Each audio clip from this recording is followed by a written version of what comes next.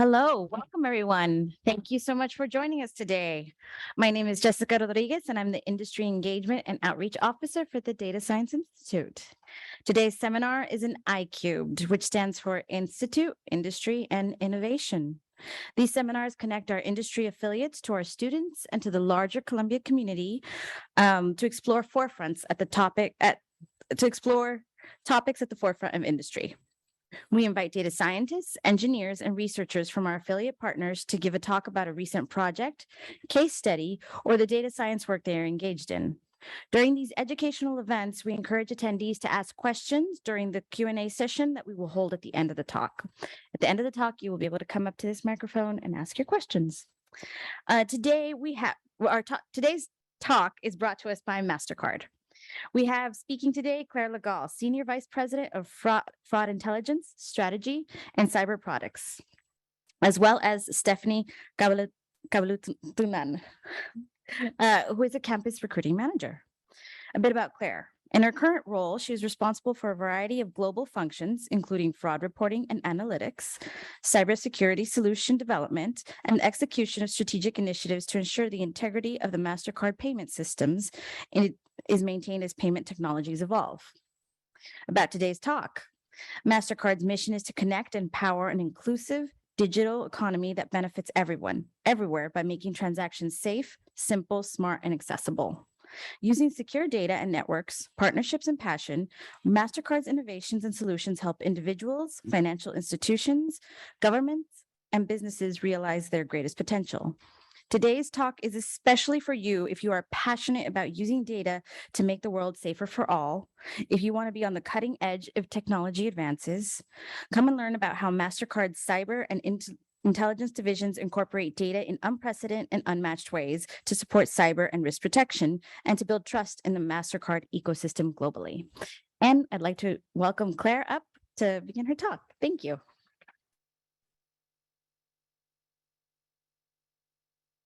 Thank you. All right, I'll try this again. All right, now you can hear me, right? And you can see me, right? The pink lady, that's me. I figured if my talk is boring and if you don't like anything I'm saying, you'll remember what I'm wearing. So it'll be memorable in some way. So we are super excited to be here. Before I start, and I can't see you on Zoom, so I'll ask for those of you in the room, who here thinks Mastercard and think we're a credit card company? One, that's it? Two, three? All right, more hands. Okay, you're all wrong.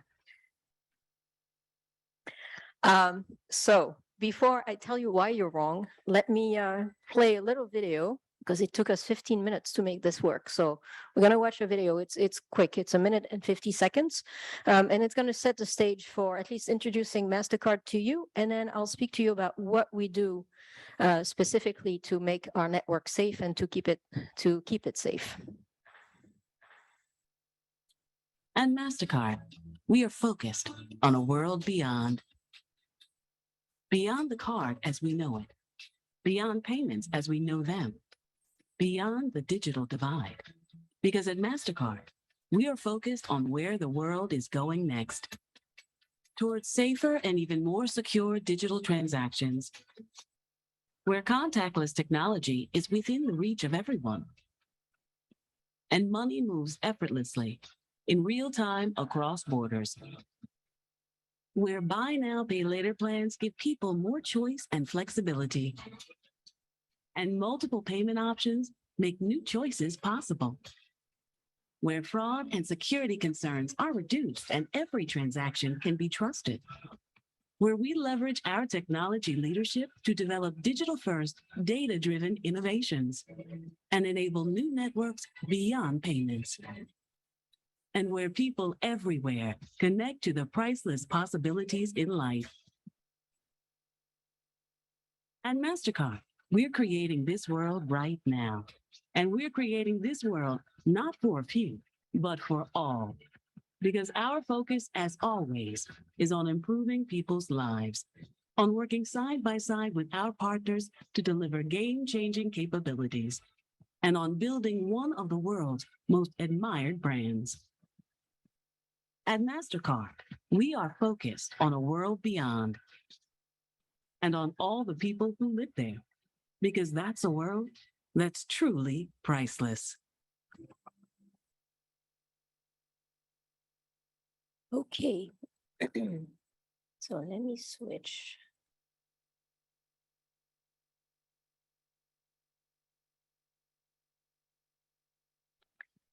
All right. So, hopefully that gives you a little glimpse about what we're about. We're really a technology company enabling payments, right? We're not a bank. We're not a credit card company. We don't know what your credit line is. And actually, I have another question for you guys. When I'm assuming some of you have used a Mastercard or have a Mastercard in your wallet in some way, when you use your card, what do you think we see? Like, do you think we know who you are? Raise your hand if you think we know who you are when you're using your card. Do you think we know what you're buying? That's good. That's good. You guys have done some research. That's good. All of that is true. So we don't know who you are. We don't know how much money you make. We don't know where you live. We don't know when you were born. We don't know what your preferences are or anything, right? What we know is a 16-digit account number. That's it. And we know which bank has issued that 16-digit account number. In terms of what your credit line is, all that stuff, that's your bank. We don't know any of that. But our job is to make sure that we bring people into this digital economy, right? So the payment cards are the ones that most people think about. But we're one of the only industry where we keep on adding new technology to our portfolio, and we never retire any, right? So it keeps on growing. So today, especially in the United States, that's still true. Because it's one of the last market that finally put the little chip on the microchip on the cards, which makes the transactions much more secure.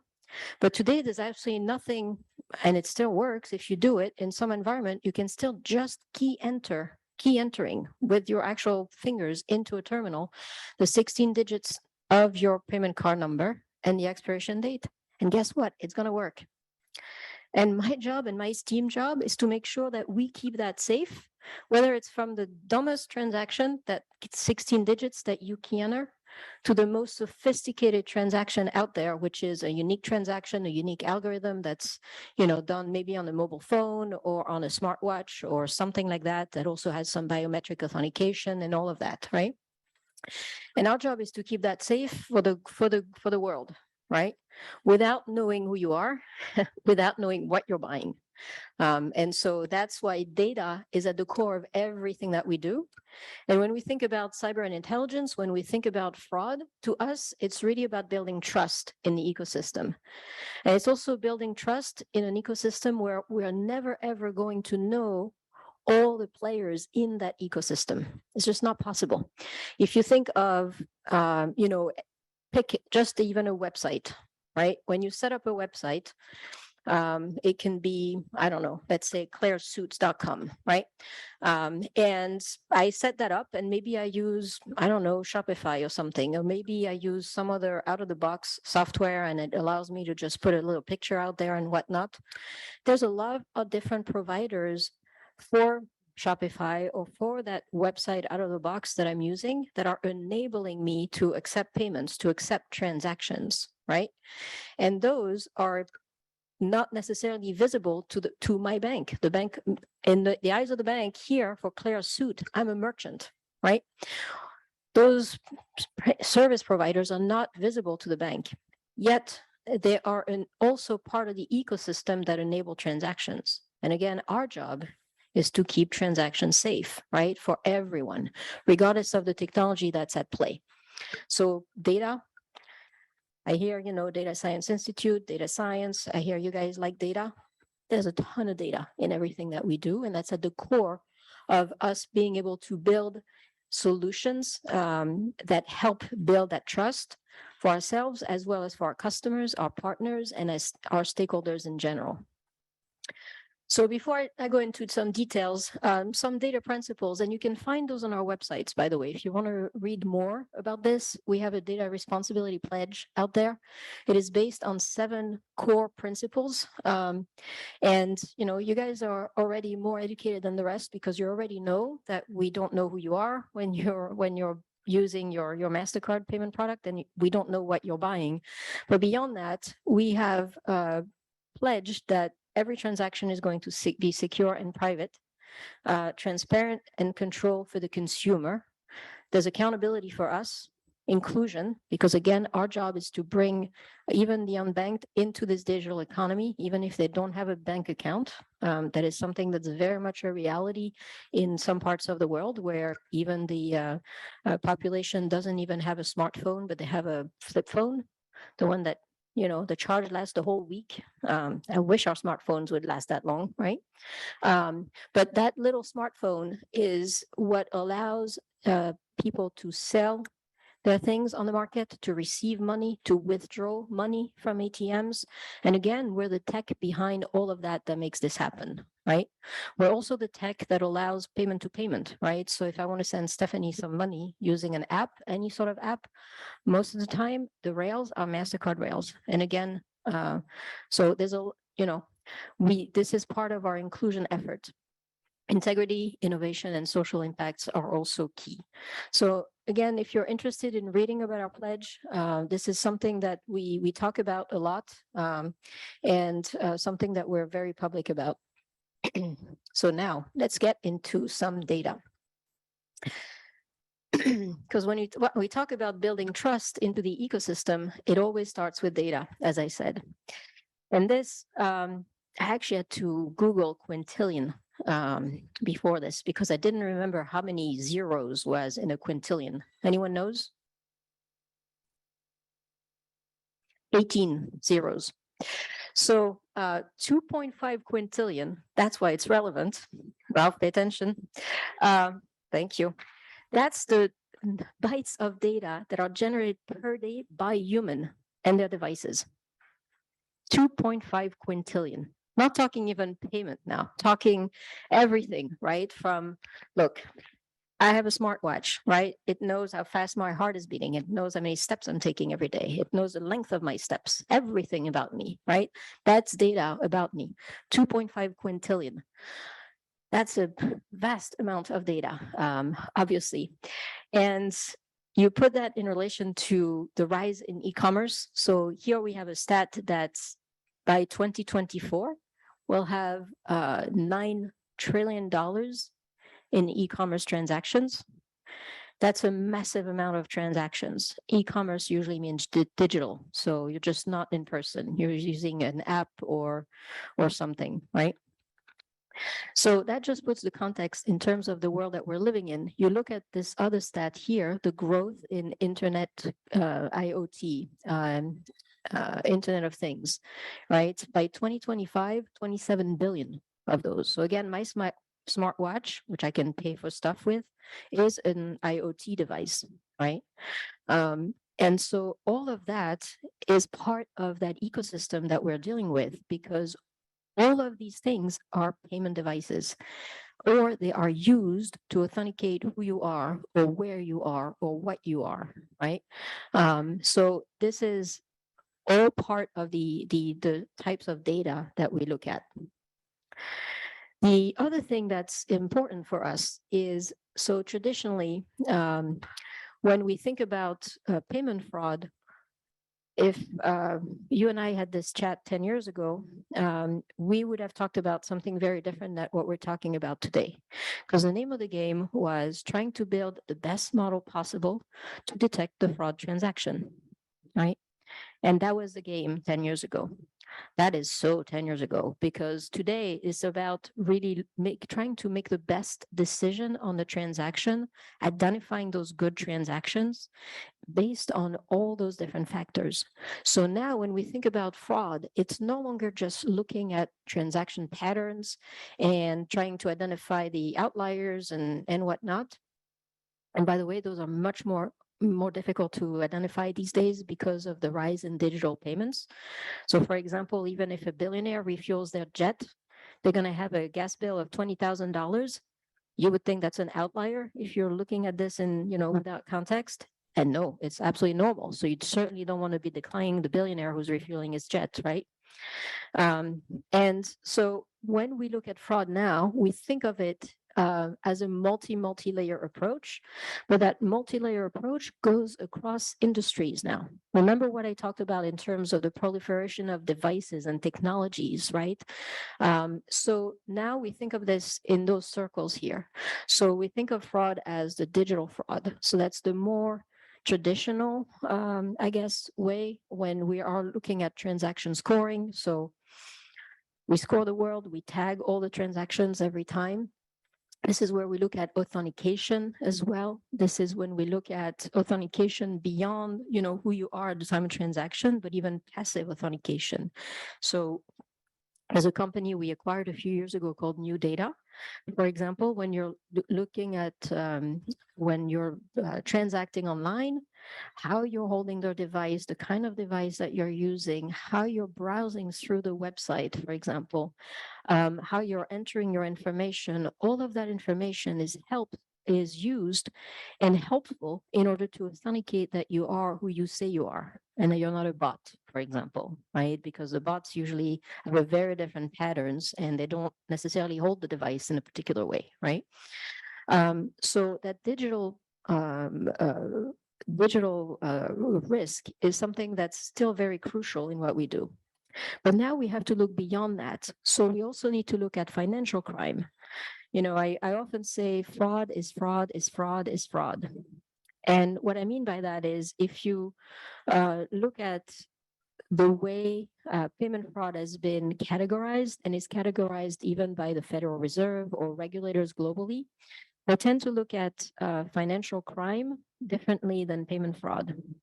And at the end of the day, the people and gangs behind all of that oftentimes are the same. They can be nation states that are trying to circumvent sanctions. They could be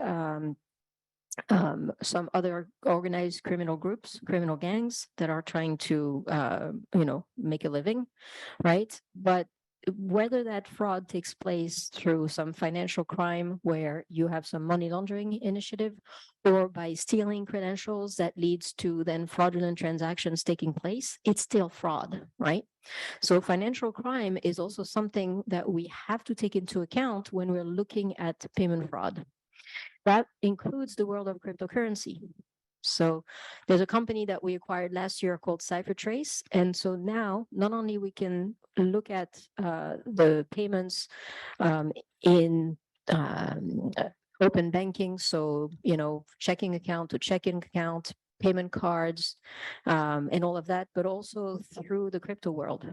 And so that technology is the same technology that is used by law enforcement to recover funds that are stolen through ransomware attacks that you can read about in the news. But that is something we have to take into account when we think about protecting trust in our ecosystem and building trust in our ecosystem. Another ring in that is cyber. So cybersecurity.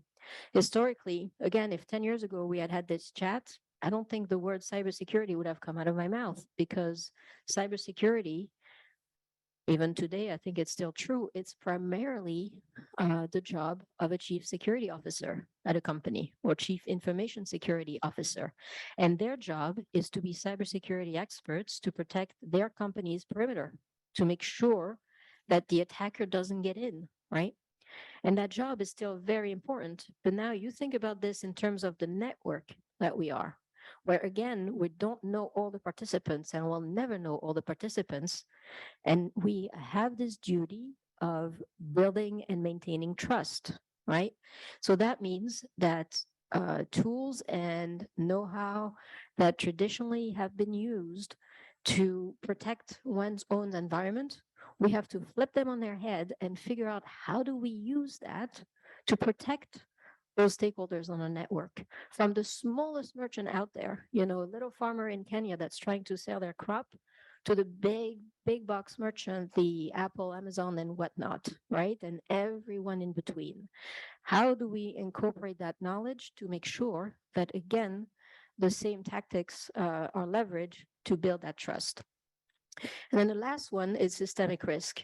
So systemic risk, you think about ESG risk, sanctions, geopolitical risk, financial risk, credit risk, all these other risks that give you, it sort of uncovers the iceberg about a business or a person, right? In terms of the risk that you don't know, that you can't see. But again, in today's world, it's very important to know this. If you think of, again, this hyper connected world that we live in, we all have any given business has a lot of third parties that they need. So you think of Columbia University, the building we're here. Well, there's electricity that's needed to power all the light bulbs here, right? There's technology to project on this. There's a Wi-Fi that's provided as well for the connectivity, and whomever provides the seats. All of those are third parties. They too have third parties, right? So we call those nth party. And in today's world, because everything is hyper connected, it's not enough to know your own risk. You have to know the risk of all these other entities. There was an example a few years back, and I'm sure you can Google that because it's public information at this point, where a smart fish tank actually is how criminals got into a casino in Las Vegas to steal payment credentials from that casino. So a smart fish tank, that's only smart because it's used to feed the fish and clean the tank, right? So you get to set that and forget it, and the tank is always beautiful. But because that smart fish tank was part of the casino premises and somebody didn't change the password, I think they just kept the default password 1111 or 1234. The criminals went in and somehow found their way through the vault, right? And so again, that's a third party risk. So that's the last layer of risk. So when we talk about managing risk today, this is no longer that just this world of, hey, let's just create a model where we're just going to monitor transactions, core transactions, and, live with whatever false positive we find acceptable. It requires us going through all these different layers and incorporate data from all these different layers, by the way, as we do that too, right? So this is not a simple world.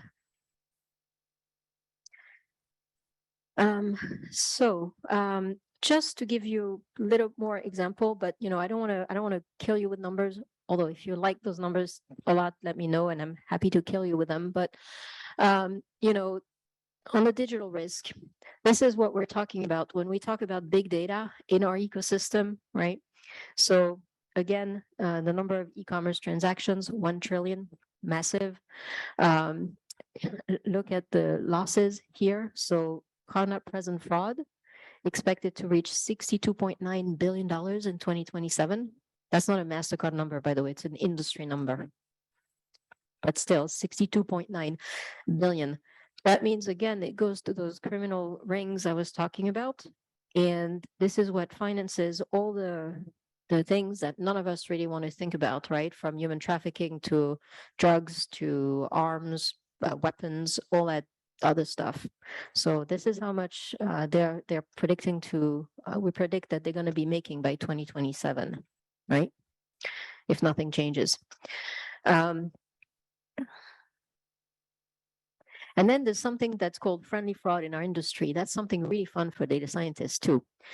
I don't know why it's called friendly, because there's not much that's friendly about it, but it's essentially first party fraud. So it's essentially me not wanting to face up that I actually purchased something, or that my boyfriend went to some, hotel without telling me, and then I see that on the bill, right? And then so he doesn't want to face up, so he's going to call the bank and say, I didn't do that, when indeed he actually did it, right? And some banks are not too diligent about that. And so they're going to say, oh, that was fraud, and try to charge it back. That's what we call friendly fraud. And so those are really tricky to identify as well. And that's something that the industry is trying to solve for right now.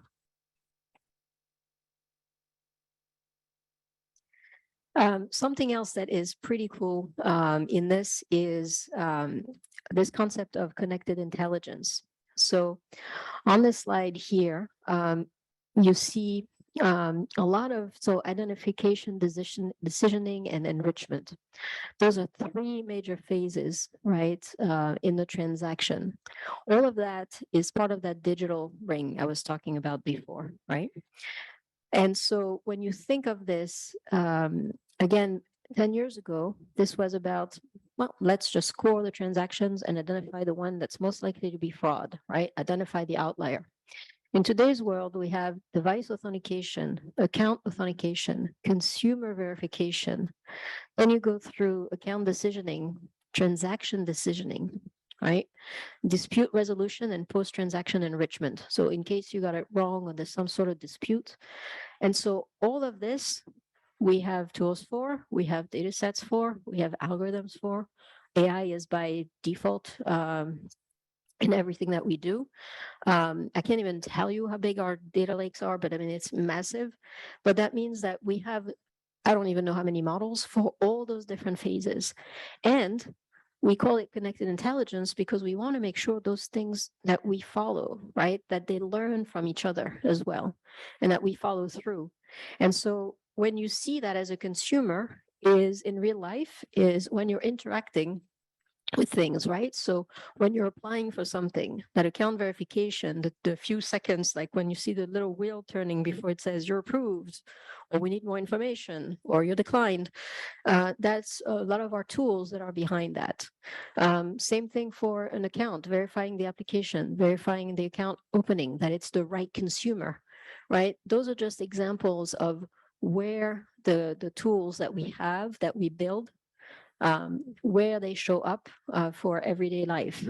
Some of you may have heard of selfie pay as well. At some point, you just smile. We all take selfies, and that authenticates you. That's part of the verifying your identity on authentication, right? That's part of the innovation that we brought in a few years back now. Any questions so far on this?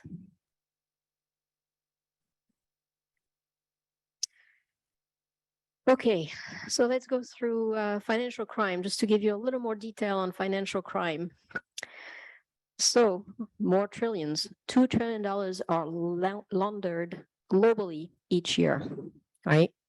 And but at least we're not in quintillions here, but 2 trillion is still a lot of money that gets getting laundered, and that's on top of the other $1 billion of fraud and other things I was talking about before. This is why we need to look at this holistically, right? And then 14 billion, that's another number that I find to be pretty impressive. That's the losses from cryptocurrency hacks that have taken place in 2021, right? And that's only going to go up. And you can see, I mean, there's so many crypto wallet providers, and they get hacked all the time. All of a sudden, the money disappeared, right? Because that the security wasn't necessarily up to snuff, and so the criminals got in. Same way where they steal payment credentials, but here they're stealing Bitcoin or Ethereum or whatever. Another risk that's part of financial risk is a bankruptcy risk. And obviously, since the pandemic, there's been a lot more airline bankruptcies than before. So that has been something that has been also top of mind. And we are also focused on bankruptcy risk and making sure this is one element that's taken care of.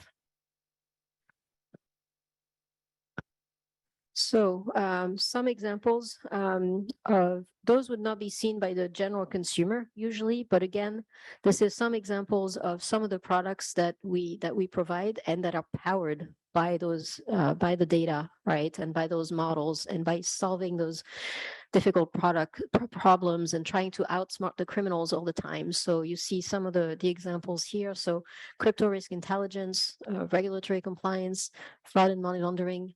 And trying to tailor that to different segments. So we work with everybody, as I said before, from the smallest business out there to the largest, to governments, regulators, and we are trying to effect change through forums like the World Economic Forum as well, and things like that. So our message is consistent across, and we're really trying to secure the world.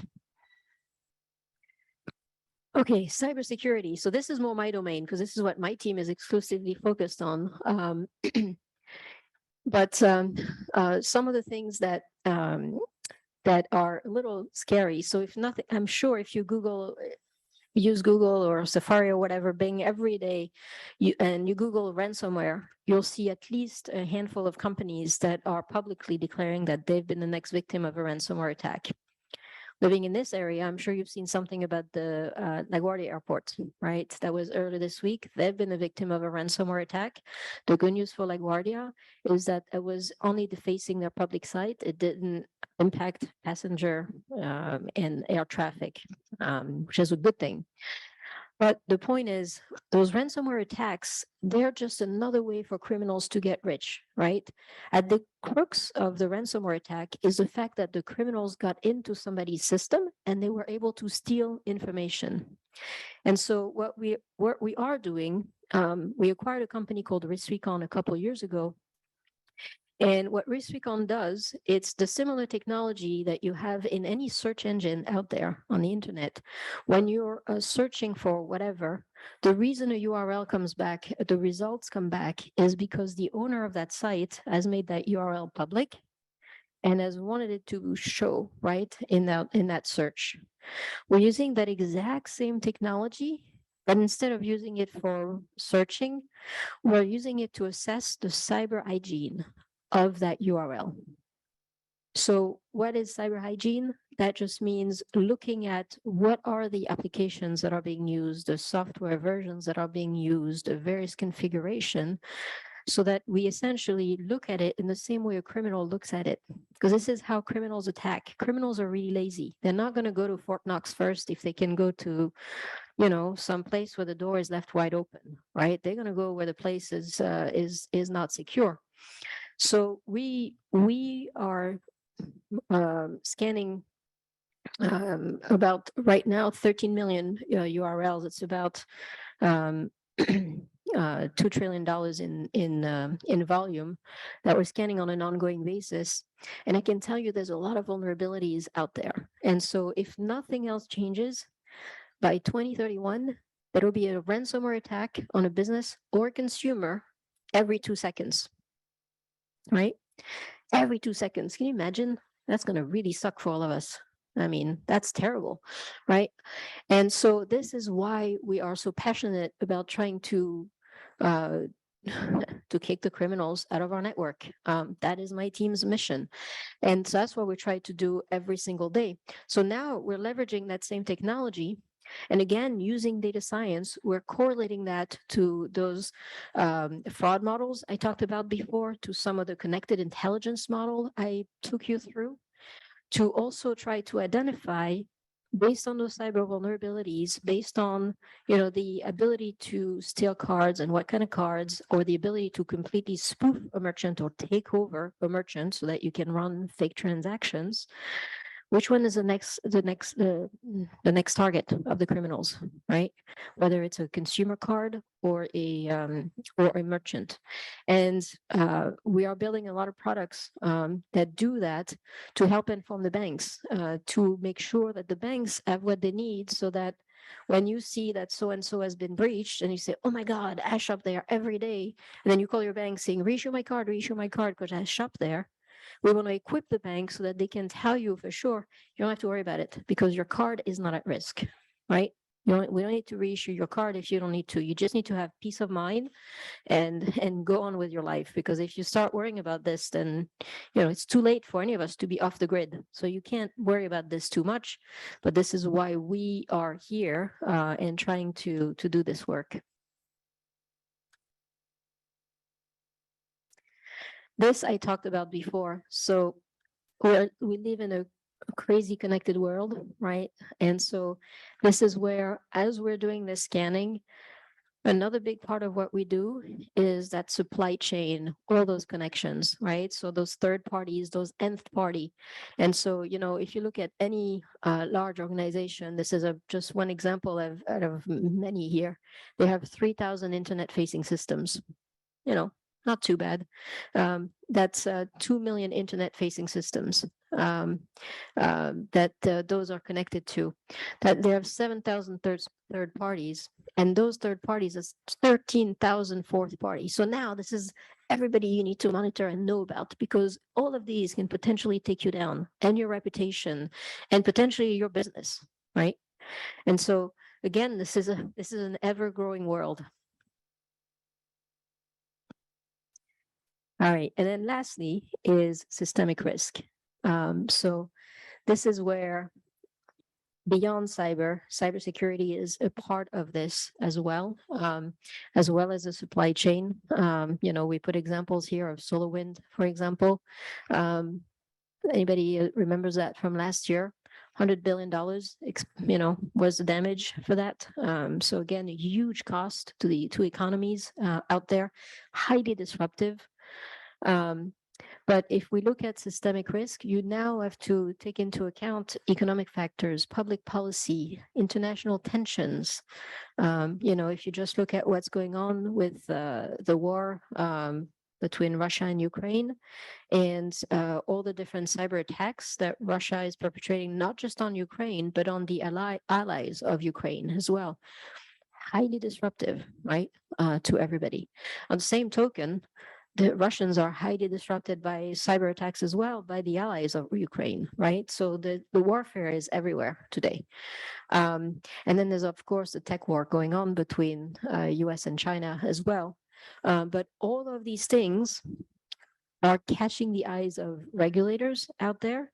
And all those different regulations have an impact in how we can continue to secure transactions, right?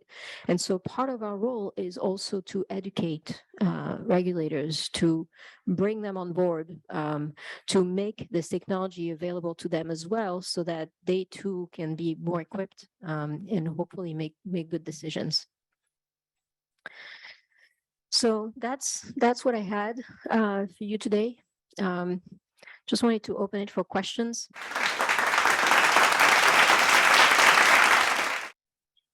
Yeah, good question. So for those on Zoom who couldn't hear the question, the question is, are there any concrete threat that my team is trying to mitigate at the moment? So too many to list, to be honest. But so in the world of cybersecurity, we have common vulnerability exploits, so CVEs, capital C, capital V, capital E. And those are published every day, unfortunately. And those are vulnerabilities that are discovered by various researchers out there or experts or something. And there is a kind of like a white hat community, if you will, in the cybersecurity world that is good at publishing those.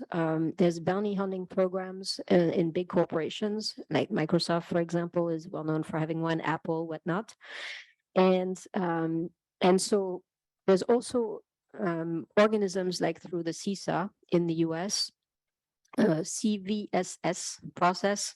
Sorry, it's a world of acronym, but that essentially ranks all those CVEs in terms of their severity, because we all obviously can't all tackle everything at once. So depending on who we're trying to help, depending on, do you have payment credentials at risk? Do you have other PII information at risk? Because, payment credentials are only one type of PII. That helps the institutions rank what their risk is. And so my team's job is to make sure that we have tools that help institutions understand that, prioritize that, and optimize their response to that. So it can be a whole bunch of threats, right? When SolarWind happened last year, we were on deck for that. We had a lot of entities that were impacted by SolarWinds, and on deck meant that we actually already had the information in our tool, but then all of a sudden we had to educate some people that were trying to figure out, how do I use this information? Because I'm not an info security expert, but I do know I'm impacted. I don't know what I'm supposed to do. Show me. And so that was a lot of time just educating them, telling them, this is how you use a tool. This is what you do, and tutorials, and just, just showing them how to do that and then working within with the experts at their teams. So that's one. The other one is big on education between cyber hygiene and fraud. There's when we talk about financial institutions, so our primary customers are banks, banks of the merchants and banks of the consumers. And then the merchants are sort of an end party for us because they're not directly our customer. But we work with merchants a lot directly as well. But when it comes to the banks, the financial institutions, they're dealing with legacy systems, legacy platforms. They've acquired different things over the years. They don't talk to each other.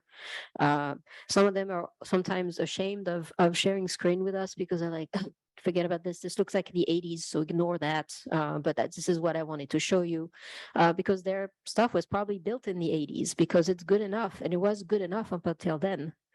But with the pandemic, that has accelerated, a lot of it. We've leapfrogged a lot of things. All of a sudden, the technology went like this. The use of contactless went like that.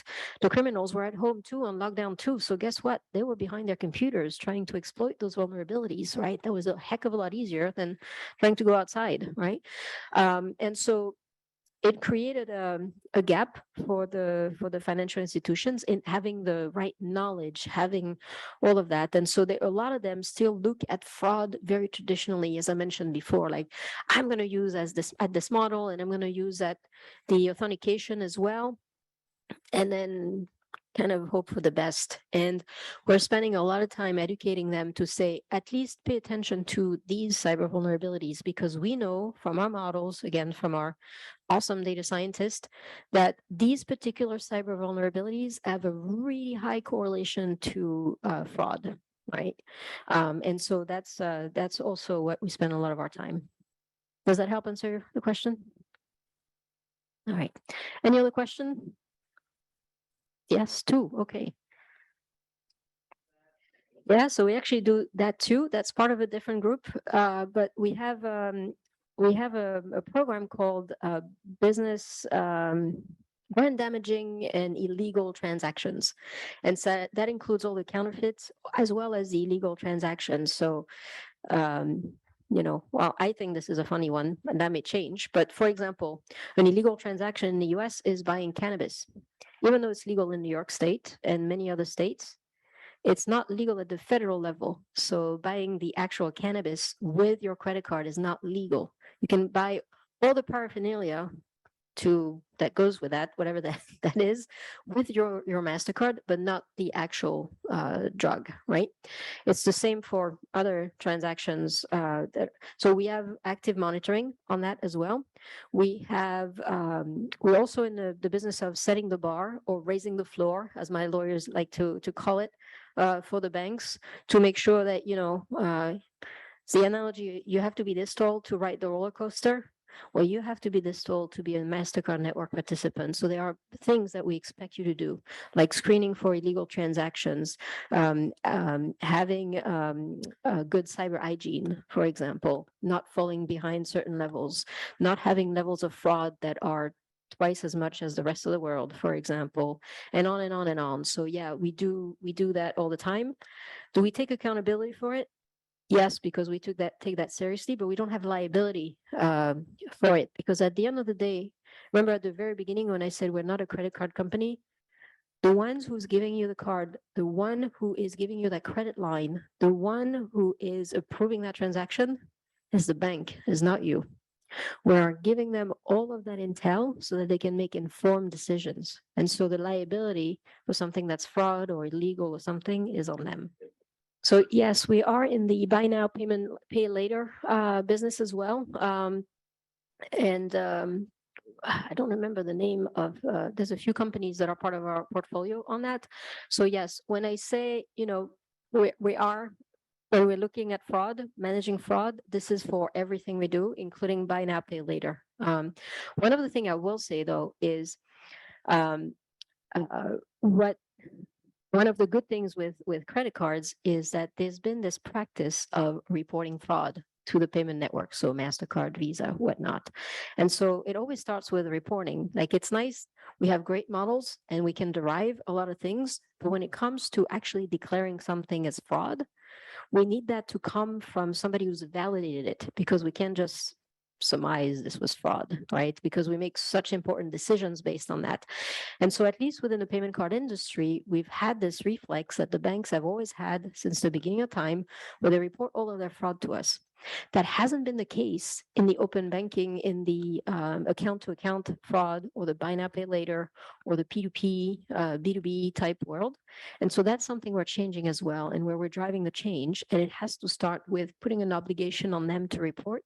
And that obligation is part of how we raise the floor again on stakeholders, right? To say, hey, you need to do that. Like, if we can't see it, can't help you, right? And if we only see it because only one bank is reporting it, it's also not helpful.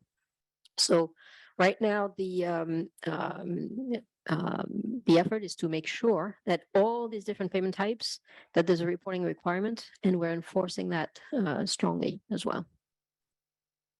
But so yes, buy now, pay later, happy to have a chat on the side, but that's something that we're monitoring as well. Yeah. So so it depends on how you define my team. So technically we're a product team, except it's not just any product team, because you need that expertise in fraud and the like. And we have a whole data science team that is dedicated to not building products, but to just solving those problems that I'm talking about, finding those correlations, adding additional data sets to it, threat intel and whatnot. So we have, what is the number, Stephanie? Is it 500 data scientists, something like that? Something like that, right?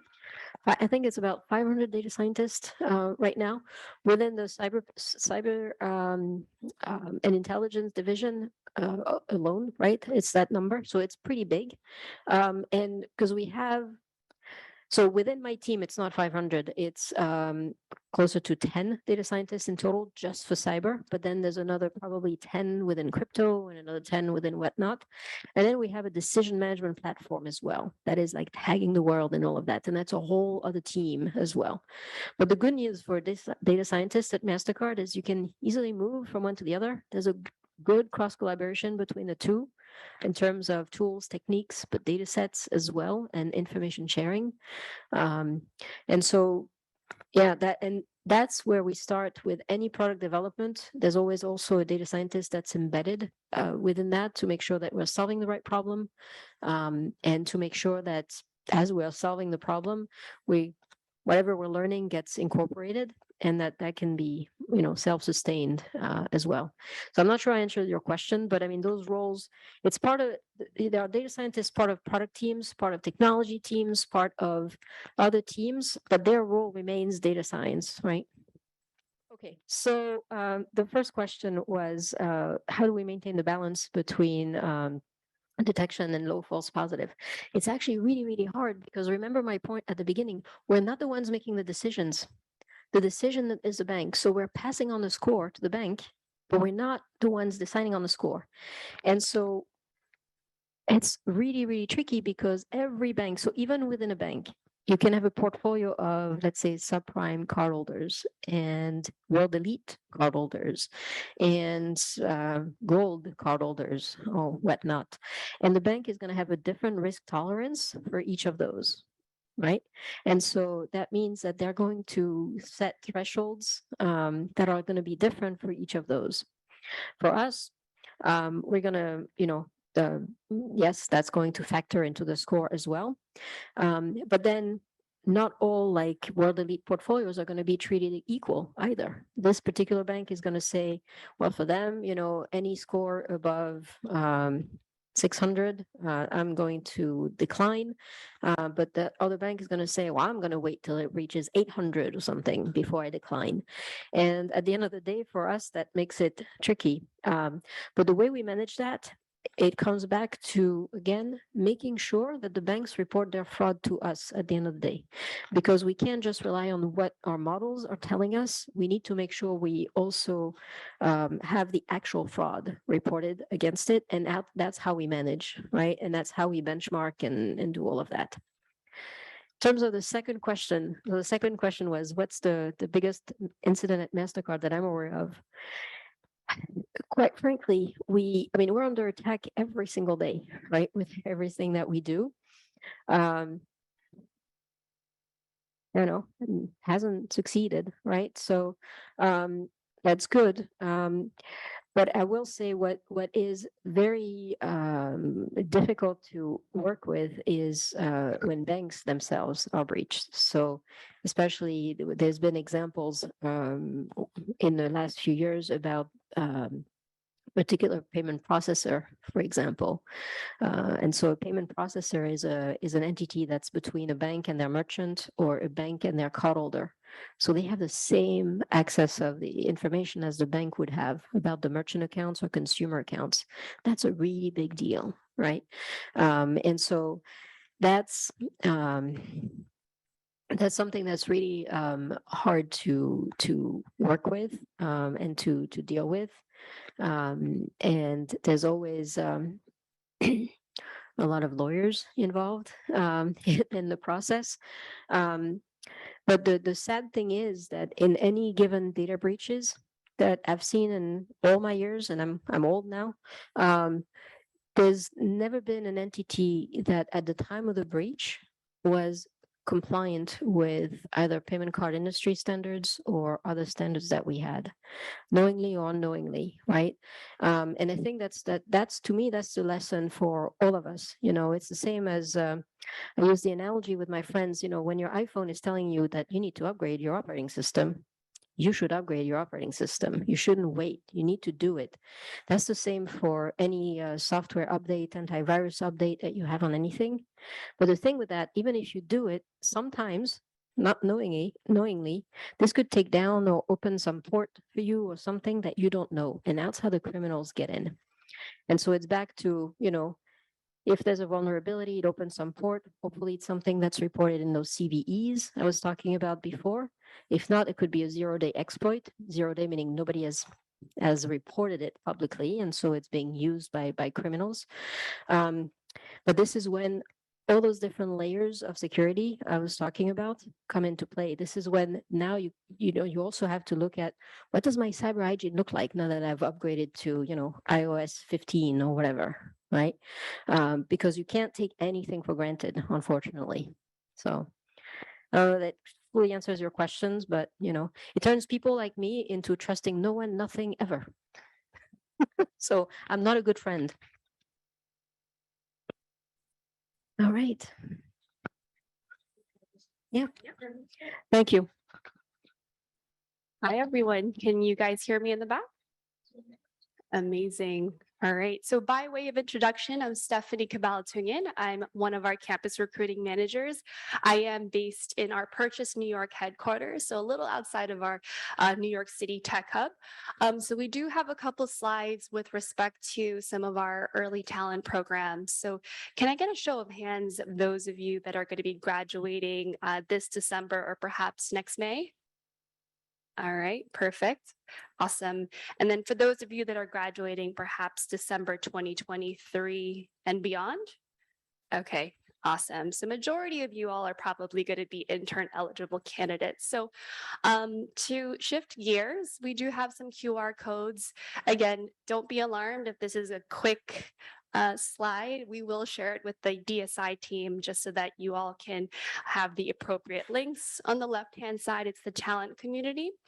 Essentially, you can sign up for any relevant updates. I promise we won't spam you. And then the right-hand side is our campus page. So again, this is the best way to apply to our available opportunities for 2023. All right, so hopefully there was a lot of key takeaways from Claire's portion in terms of how we leverage data, assess risk, really combat fraud.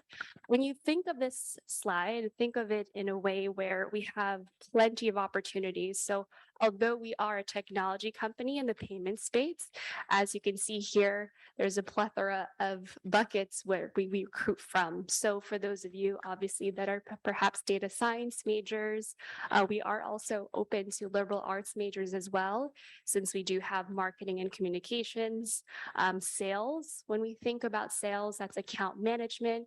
And I think some of the popular buckets are product management, cyber intelligence, which Claire is aligned to.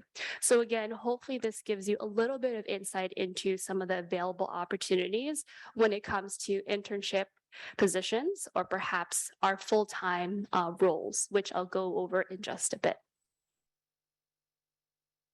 So when it comes to the internship program, we have a pretty robust experience. It's about 10 weeks. Majority of these opportunities are going to be located in our technology hubs. So New York City is one of our locations. Purchase, New York is also, our headquarters. We also have a large presence in O'Fallon, Missouri, Arlington, as you can see, and there's a couple smaller offices there that we recruit from. Again, you can find this on the website. What's notable about the internship, again, it's from June through August. You'll work on real world projects. So as Claire had outlined before, we have artificial intelligence. That is one of the groups that we do recruit from. We also support some of the data science projects as well. So I believe, from my understanding, we do have some early talent opportunities in that vertical. What's also really cool is that every year we have an innovation challenge, and notably, I think either last year or this past summer was around space tourism. So thinking about ways in which we can be creative in the metaverse as well, right? So to give you a little bit of a perspective of what our interns go through throughout the 10-week experience. So as you can imagine, our internship program is really our feeder pool for our launch program. Launch is essentially a program that's an 18-month experience. Again, this is a full-time entry-level role. So for those of you that are pursuing your bachelor's degree or perhaps pursuing your master's degree, this is an opportunity for you, for those of you that are going to be graduating this December or perhaps next May. For our December grads, we do have February start dates. So hopefully that closes the gap and then you can start early quarter of next year. For those that are graduating in May timeframe, that's going to be August. So regardless of whether you're going to be securing a role here in the US, it's worth noting that we're global. So we also recruit in Latin America, Caribbean, Europe, Middle East, Africa, Asia Pacific as well. So again, for those of you that are eligible, I would encourage you to go ahead and apply.